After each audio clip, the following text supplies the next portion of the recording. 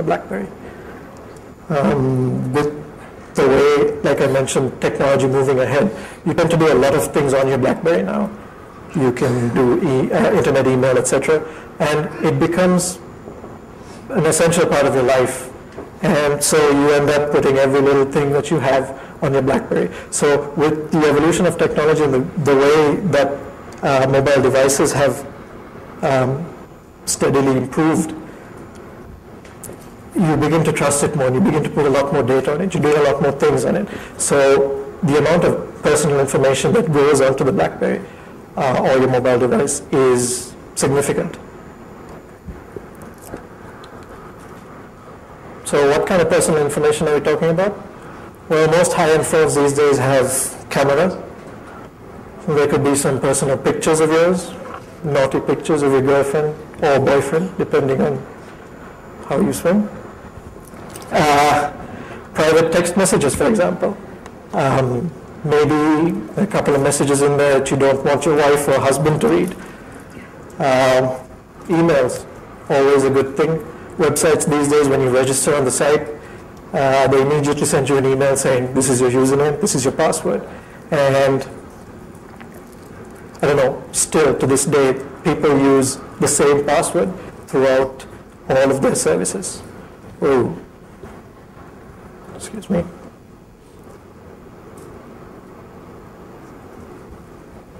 So they use the same password throughout their lives, for the email, for the login, everything. So if you have one password, you have all of them. Further in email, you'll find things like maybe financial information, contractual details, and again, obviously personal information. And lastly, you're going to have your phone call logs to see who you've been calling and who's been calling you. So, okay, we know why, because of the personal information. So we have a reason now to hack a BlackBerry, because we want to get our hands on that personal information. I mean, it's not like we need a reason to hack, but this is one of the reasons. Of course, we're going to run into a few problems, though, because, as you know, the BlackBerry is a secure device. So how do we hack it? Actually, before that,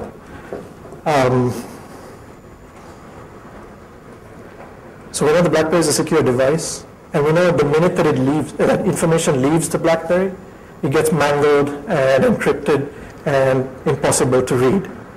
Similarly, while it's on the BlackBerry, all the data is encrypted as well. But there's one point where the data is not encrypted. And I mean, I don't know about you, but I can't really read raw AES encrypted data. So when I use my phone, I need to see clear text data. So at that point, when you're interacting with your phone, your data is in the clear. So the way to hack it is obviously to place a program on the BlackBerry that can read or remove that information while it's in the clear. So all we need to do is place a program, an application on the BlackBerry that can pull out all this information while it's in the clear, before it leaves the BlackBerry and before it gets encrypted. But to do this, we're probably going to run into a few problems because, you know, we can't hack it. There are two vulnerabilities. One is a certificate vulnerability, so you can't really exploit that. So there are no useful vulnerabilities to use that you can hack into the BlackBerry. We can't MITM the BlackBerry, or we can't do a man-in-the-middle attack, because obviously the transport level security is going to take care of that. So that's out of the question as well. We could probably steal it, but then if you're looking at stealing it, you're kind of crossing a boundary, and I mean, you're moving into the physical space now. If you're going to steal a BlackBerry, you might as well steal the guy's wallet, and it's not really something that I prefer to do. Okay, so let's think for a minute that we did gain access to somebody's BlackBerry. How easy would it be to take the information out from it? I mean, is it going to be a god-awful task? Is it going to be really cumbersome? Turns out, no, because RIM has provided quite a vast array of API calls, and the RIM API is quite extensive.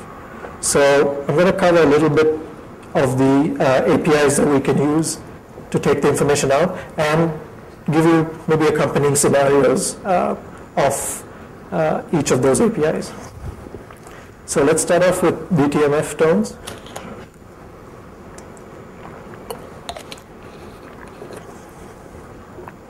So in the software versions leading up to version 4.3, there used to be a method called getDTMFTones.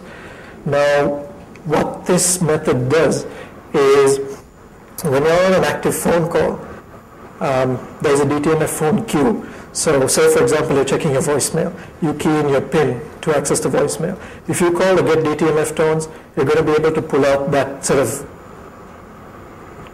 numbers that you dialed. So just by using this method, you can pick up all the DTMF tones that you dial into your phone on an active call.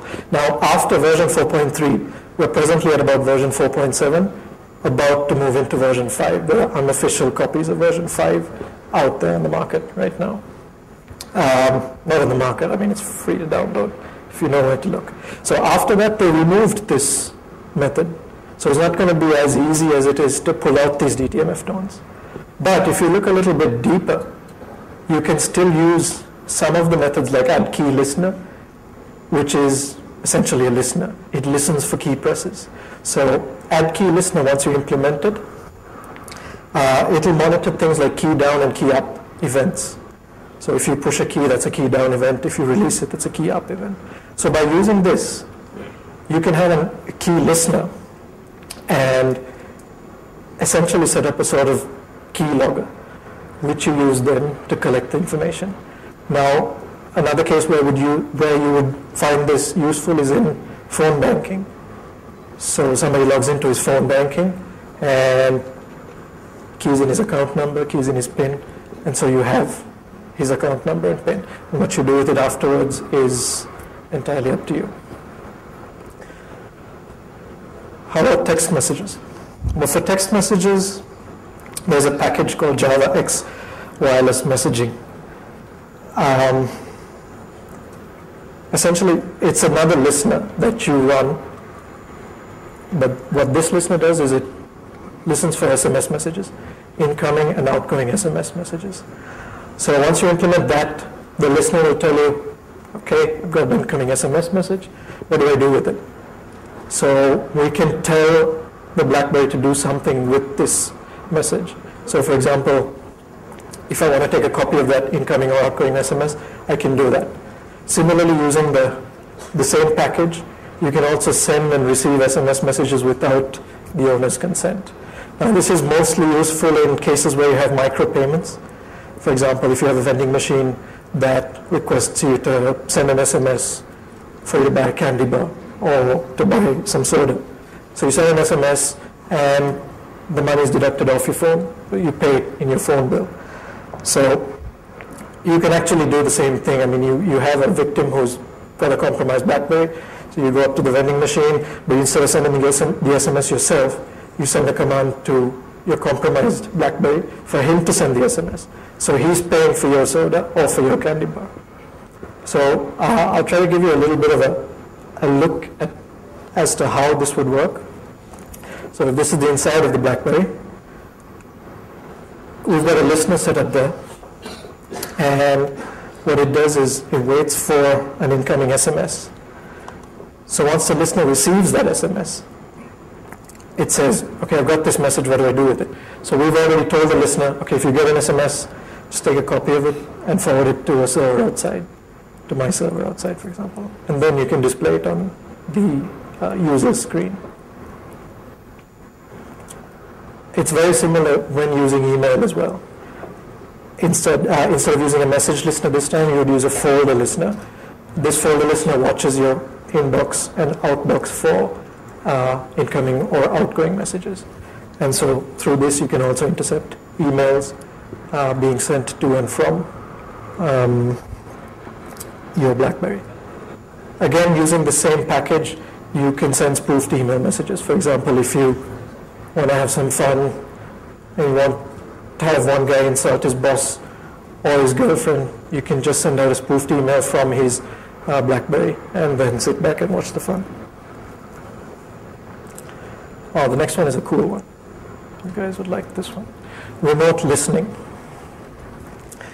So this is not really a straightforward attack, but it's a cool one nonetheless.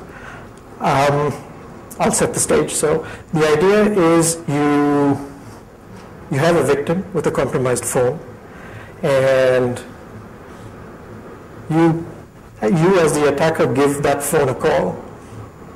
And so when the compromised phone sees this call originating from a specific number, it silently picks up the call and puts the phone into speakerphone mode so that you can actually hear everything that goes around near the owner of the phone, near the victim's phone.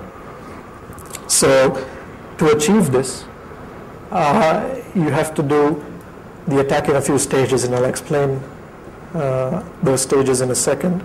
But this sort of attack is really cool for spying on people.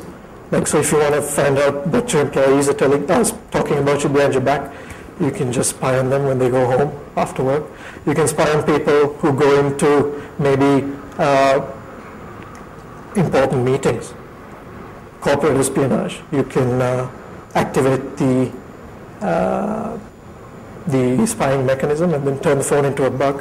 And as long as the guy doesn't look at his phone and wonder, hey, what the hell, I'm on a call, you can continue to listen in on the conversations. These days, it's most effective because, I don't know about you guys, but I always keep my phone with me. It's always on. And BlackBerry users are kind of leaders in this area. They kind of sleep with their phones, and I don't know, they probably, all they don't do is take the phone into the shower. But I mean, they don't call it Crackberry for nothing. People are like addicted to it. So it's great because they always have their phones, so you can always listen to what's going on around them.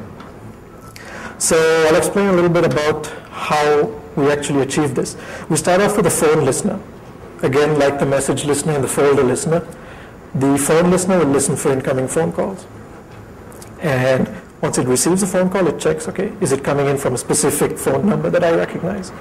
When it does, then we start doing the other phase of the attack, which is to pick up the call.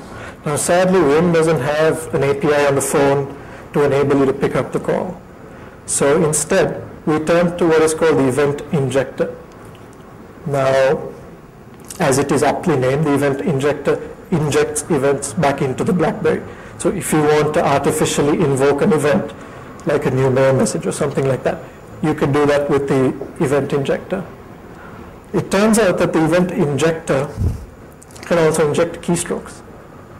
You can make the event injector behave in a way as if the victim or the user was typing into his phone. So you can actually inject key events into the BlackBerry.